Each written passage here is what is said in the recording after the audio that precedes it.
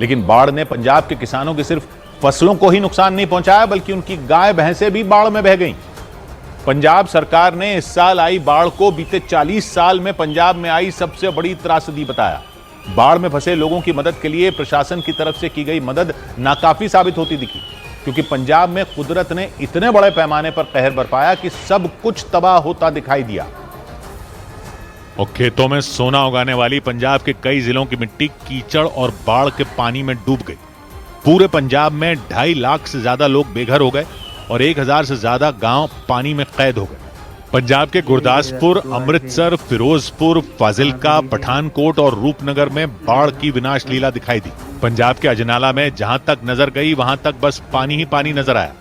नतीजा ये हुआ कि लोग अपने ही घरों में कैद होकर रह गए। लोगों का ये कहना है कि प्रशासन की ओर से उतनी मदद नहीं मिली है, इसीलिए आम लोग देखिए एक दूसरे की मदद कर रहे हैं। कैसे खाने का सामान पहुंचाया जा रहा है, दूध, ब्रेड, ये तमाम चीजें पहुंचाई जा रही है। बाढ़ की सबसे ज्यादा मार पंजाब के किसानों पर पड़ी। उनकी फसलें बर्बाद हो गईं, तो कई जगहों पर उनके कीमती जानवर पानी में बह गए और जो बच गए उनके सामने चारे की समस्या खड़ी हो गई। जैसे तैसे इन मवेशियों तक भी खाना पहुंचाया गया है। सबसे बुरी स्थिति यही है कि मवेशियों को सबसे ज्यादा समस्या का सामना करना पड़ रहा है। फिरोजपुर जिले में तो बाढ़ ने ऐसा तांडव मचाया कि लोगों को घर छोड़कर सड़कों पर डेरा डालना पड़ा।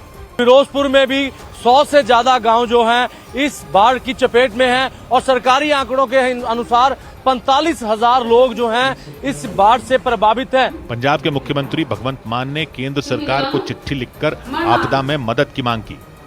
उधर जम्मू कश्मीर के डोडा में उफनती नदी में फंसे एक व्यक्ति को बचाने के लिए फजान भट्ट नाम के आदमी ने अपनी जान जोखिम में डाल दी। फजान ने रस्सी और वहां रहने वाले कुछ लोगों की मदद से नदी में फंसे उस व्यक्ति को बाहर निकाला।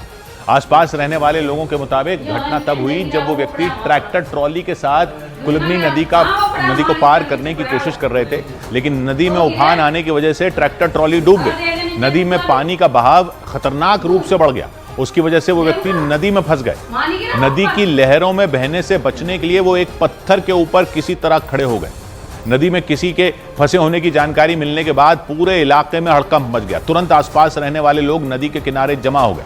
इसके बाद नदी में फंसे उस व्यक्ति को बचाने के लिए लोगों ने बचाव अभियान शुरू किया, लेकिन नदी के जिस हिस्से में वो फंसे थे वहां पहुंचना बेहद खतरनाक था, क्योंकि लगातार हो रही भारी बारिश की वजह से कुलगनी नदी उफान पर थी, जिसमें उतरने का मतलब अपनी जान को दांव पर लगाना था। उसी कुलगनी नदी के बीच में एक व्यक्ति फंसे नजर आए। उन्हें नदी में फंसा देख किनारे पर खड़े लोगों की सांसें अटक गई, क्योंकि जरा सी गलती की वजह से उनकी जान तक जा सकती थी। तभी फजान भट्ट रस्सी का एक सिरा पकड़कर नदी में उतर गए। रस्सी का दूसरा सिरा किनारे पर खड़े लोगों ने पकड़ लिया। फजान सधे